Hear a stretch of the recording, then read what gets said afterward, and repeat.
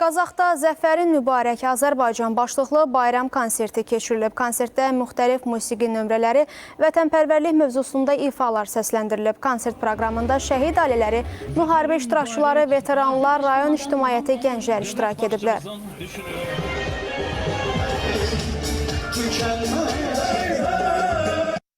Bugün bizim Vətən müharibəsində qələbənin 5 illiyi təntənəli surətdə qeyd olunur.